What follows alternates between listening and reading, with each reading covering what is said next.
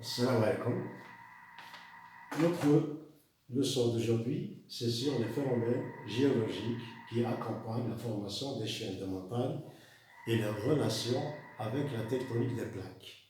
Cette leçon entre dans le cadre du programme de la deuxième année bac, option sciences physiques et SVT. Bien, comme donc le titre le montre, nous allons parler de la formation des chaînes de montagnes et la relation entre cette formation de chaînes de montagnes et la tectonique des plaques. La tectonique des plaques, je vous rappelle qu'il y avait une théorie, c'est la théorie de la tectonique des plaques, la théorie de la dérive des continents, qui stipulait qu'il y avait, donc plus de 250 millions d'années, la Terre était formée par un seul et grand, gigantesque continent qui s'appelait la Pangée. Avec le temps, la Pangée s'est divisée, s'est scindée en deux supercontinents, ou bien gigacontinents si vous voulez, la Laurasie au nord et le Gondwana au sud. Par la suite, ces deux continents, eux aussi, se sont divisés, se sont scindés pour donner l'actuelle position des continents actuels avec la formation des océans. Donc, la Terre, en fait, est formée par des océans et par le continent perle et par les continents, ou bien les croûtes continentales.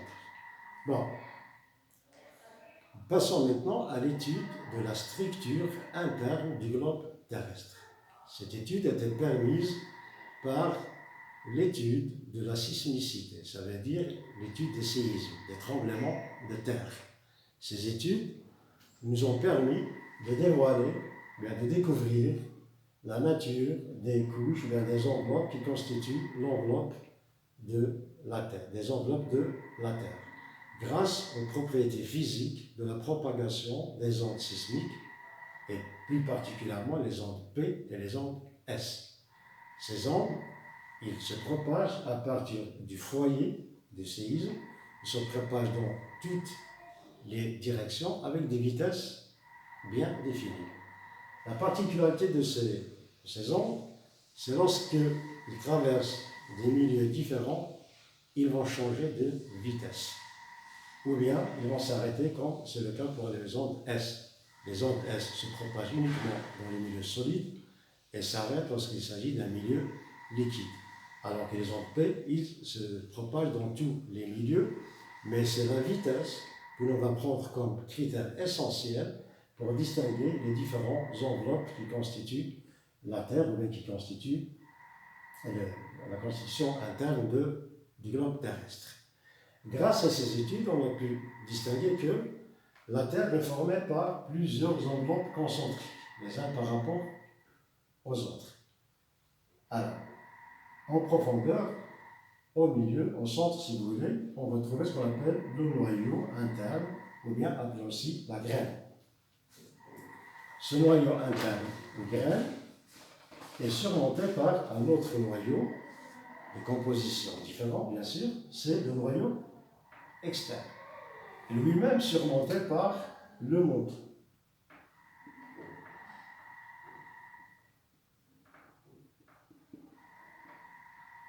Et le manteau est divisé en plusieurs couches. Les plus essentielles, c'est l'asténosphère et le manteau supérieur. Alors, ces études sismiques ont pu déterminer que le manteau supérieur est solide, alors que l'asténosphère est ductile. Et sur le manteau supérieur, nous allons trouver les croûtes continentales, les croûtes terrestres, que l'on va diviser en deux types selon leur constitution. Il y a les croûtes océaniques et les croûtes continentales. Nous allons voir la différence entre les deux juste après. Lorsqu'on passe d'un milieu à un autre, lorsque la vitesse change, on va distinguer ce qu'on appelle des discontinuités. La première, c'est la discontinuité de moment. Elle va nous séparer les croûtes terrestres par rapport au manteau supérieur. Donc, il se trouve juste un petit peu en surface. On va en profondeur. La deuxième majeure discontinuité, c'est la discontinuité de Gutenberg. Celle-ci, elle va séparer le manteau du noyau externe. Et enfin, la discontinuité de l'émale, celle-ci, elle va nous permettre de passer du noyau externe vers la graine ou bien du noyau interne. Donc ça, c'est la constitution du globe terrestre. Nous allons insister plus particulièrement sur ces trois parties, la sténosphère, le manteau supérieur et les croûtes terrestres, soit la croûte océanique, soit la croûte continentale. Le manteau supérieur et la croûte océanique, ensemble, forment ce qu'on appelle la lithosphère océanique. Et le manteau supérieur avec la croûte continentale va former ce qu'on appelle la lithosphère continentale. Donc, la lithosphère, c'est la partie de la Terre qui est composée par le manteau supérieur et l'une des croûtes terrestres. S'il s'agit de la croûte continentale, on va parler de lithosphère continentale. S'il s'agit de croûte océanique, on va parler de de lithosphère océanique. Ces lithosphères, qui constituent donc, si vous voulez, l'écorce terrestre, ont été subdivisées en plusieurs plaques. Et les plaques sont capables de bouger, de se déplacer les unes par rapport aux autres. Alors la plaque lithosphérique, la plaque c'est un fragment de la lithosphère relativement stable. Stable tectoniquement, ça veut dire il y a peu ou pas de séismes et aussi peu ou pas de volcans. Et dans les marges, donc les limites, ils sont très actives. Alors ces limites, il y en a deux types de limites. Soit des limites de divergence, d'éloignement, de séparation, d'extension, soit des limites au contraire de convergence, de rapprochement et d'affrontement entre deux plaques. Alors les limites d'éloignement, ou bien d'extension, ou bien de distension, ou bien d'écartement, se trouvent au niveau de ce qu'on appelle la ride médio-océanique. Ces rides médio-océaniques sont des reliefs sous-marins. Ils sont donc au niveau des océans et au niveau desquels il y a un rift par lequel sort un magma basaltique. Ce magma basaltique qui sort là va former le plancher océanique.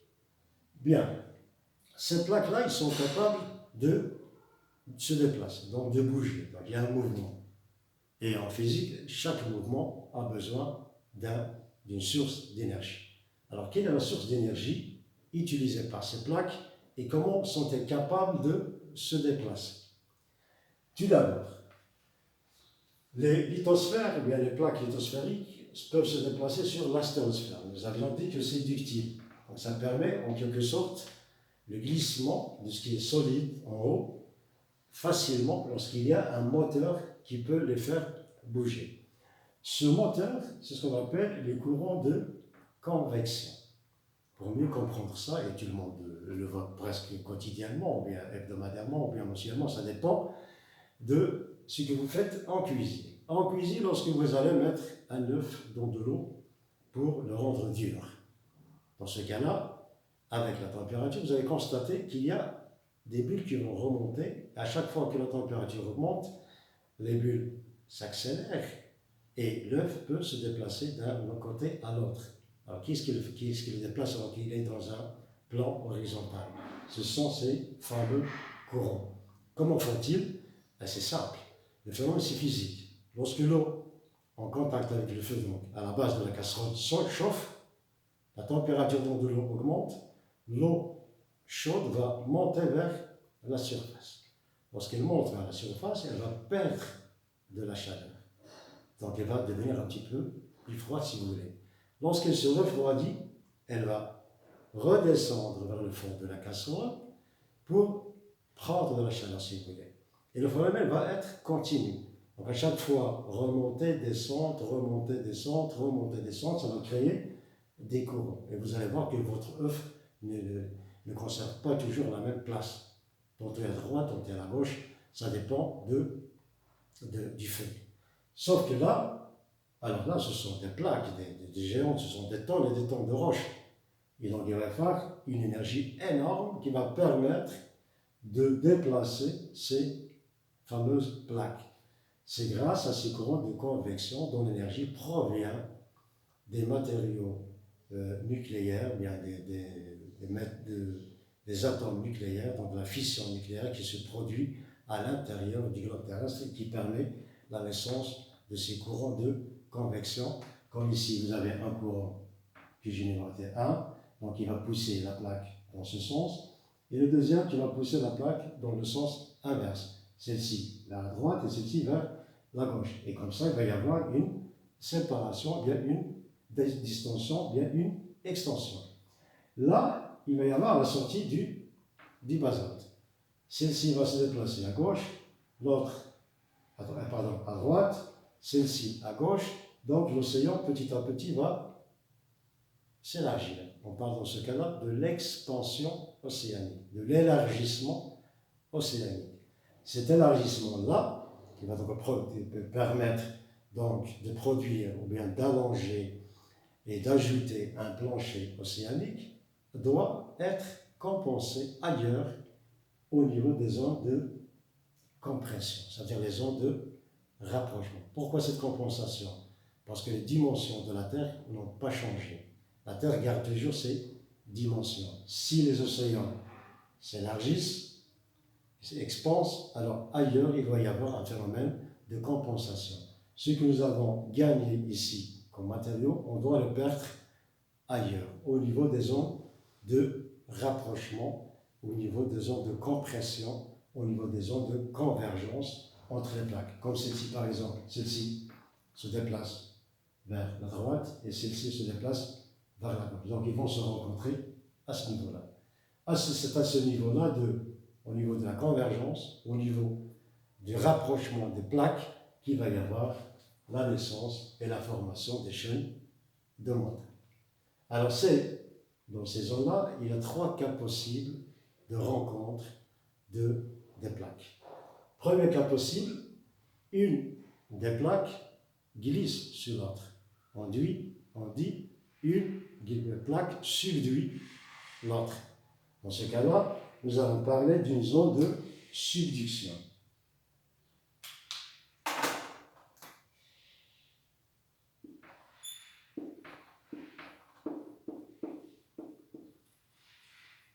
Donc, on parle de subduction lorsque une plaque plonge sur une autre plaque. Ça, c'est le premier cas, mais ce n'est pas le seul. Le deuxième cas, il se peut qu'une plaque surmonte l'autre, elle chevauche l'autre, elle monte sur l'autre. Dans ce cas-là, on va parler d'obduction.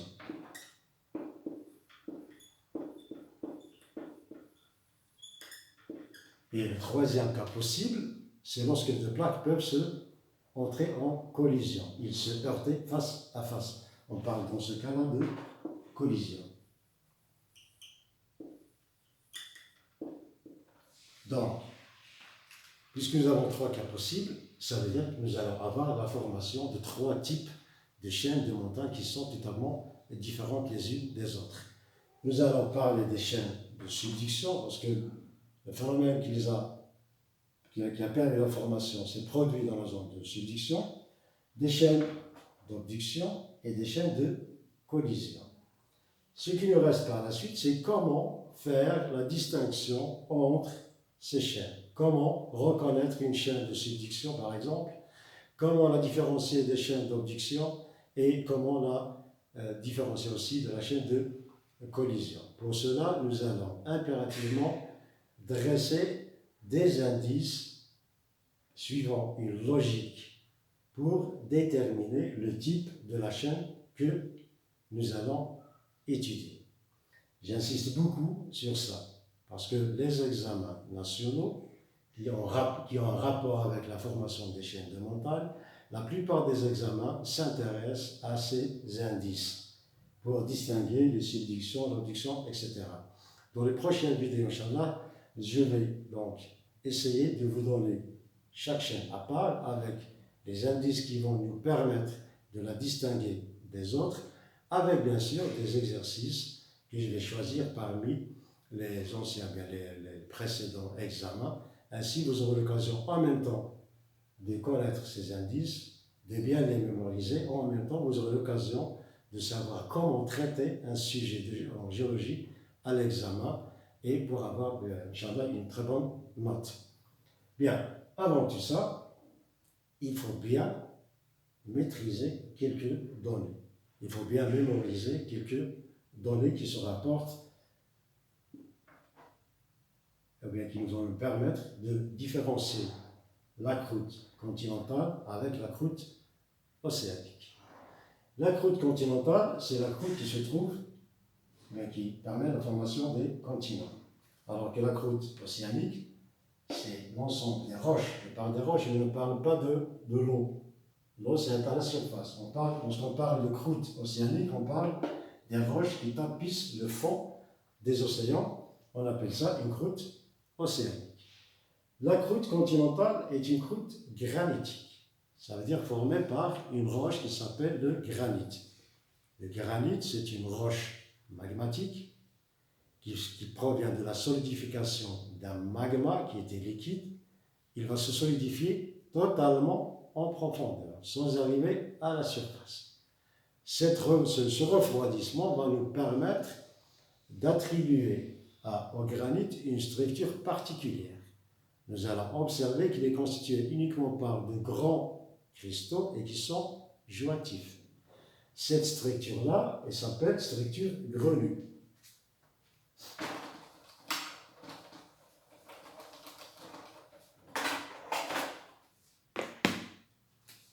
Une structure grenue. La structure grenue, ça veut dire que la roche est formée par des cristaux, des phénocristaux, des grands cristaux qui sont jointifs. Alors que la croûte basaltique, au contraire, la croûte océanique, au contraire, c'est une croûte basaltique. Le basalte, c'est lui aussi, c'est une roche magmatique qui provient aussi de la solidification d'un magma, mais pas comme le granit. Là, le basalte est formé de 3 éléments essentiels. Nous avons de phénocristaux, de grands cristaux, des microlithes, ce sont des petits cristaux très fins, et enfin un verre, ou bien ce qu'on appelle une pâte vitreuse. Ce n'est pas une structure grenue, c'est une autre structure. On appelle ça une structure microlithique.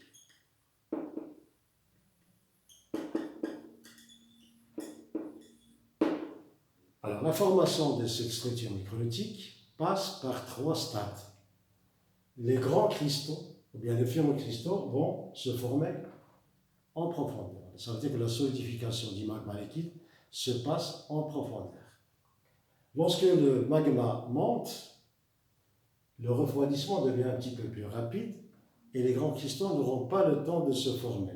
Il va y avoir la formation de petits cristaux très fins qu'on appelle les microlithes. Une fois à la surface, parce qu'ils vont sortir par la cheminée volcanique, une fois à la surface, là, le refroidissement est brutal et rapide. Dans ce cas-là, le reste du magma qui était liquide va donner ce qu'on appelle la pâte vitreuse. Et le temps, donc le stade de formation, ça, c'est un stade en bas, en profondeur des phénocristaux.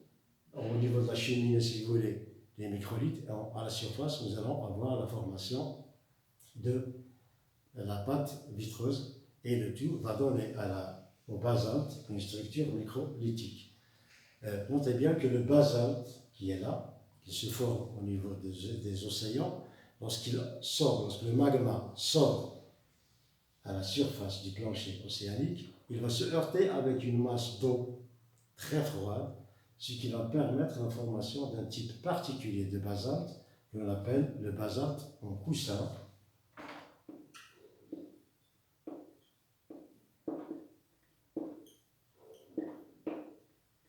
Ou bien, ce qu'on appelle une pylolave. Ces pylolavas, c'est l'une des caractéristiques des croûtes basaltiques. La deuxième différence, c'est dans l'épaisseur. La croûte continentale est très épaisse. Son épaisseur peut dépasser les 30 km. C'est très épais. Parfois, elle peut atteindre 70 km. Alors que la croûte océanique, elle est mince. Ça veut dire qu'elle est peu épaisse. entre 6 et 10 km. Ça veut dire une épaisseur un petit peu plus faible. Et la grande différence réside au niveau des densités. La croûte continentale est formée par des roches moins denses. La densité, environ 2,7. Alors que la croûte océanique est plus dense. Et retenez bien ça. La croûte océanique est plus dense que la croûte continentale. Alors, la croûte océanique, la densité c'est 3,2, alors que pour la croûte continentale, c'est 2,7. Oh, une autre différence majeure, essentielle, c'est qu'au niveau des croûtes océaniques, nous allons trouver ce qu'on appelle le complexe ophiolitique.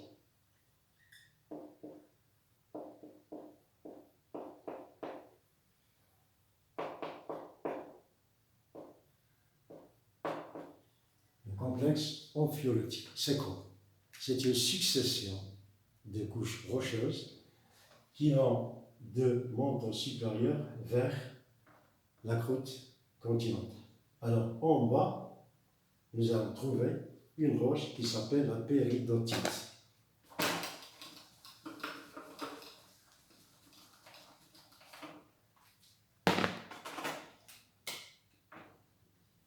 Donc, un petit schéma comme ça. Donc, en bas, une roche qui s'appelle la péridotite.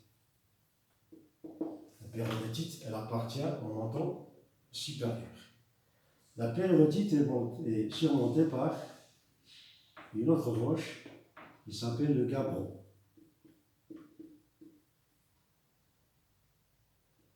Le gabbro est surmonté par, parfois, des dolérites. Et nous allons trouver le fameux basalte en coussin et enfin des sédiments océaniques. Cette succession particulière, péridotite, gabbro, dolérite, basalte et sédiments océaniques, constitue ce qu'on appelle le complexe ophiolitique. Bien, je m'arrête ici. La prochaine fois, Inch'Allah, je vais entamer l'étude des indices qui vont me permettre de distinguer les chaînes de montagnes de subduction avec quelques exemples et avec des exercices d'application. D'ici là, je vous souhaite une bonne journée. À la prochaine vidéo. Si vous avez des questions, n'hésitez pas à les poser et à laisser en commentaire. À bientôt.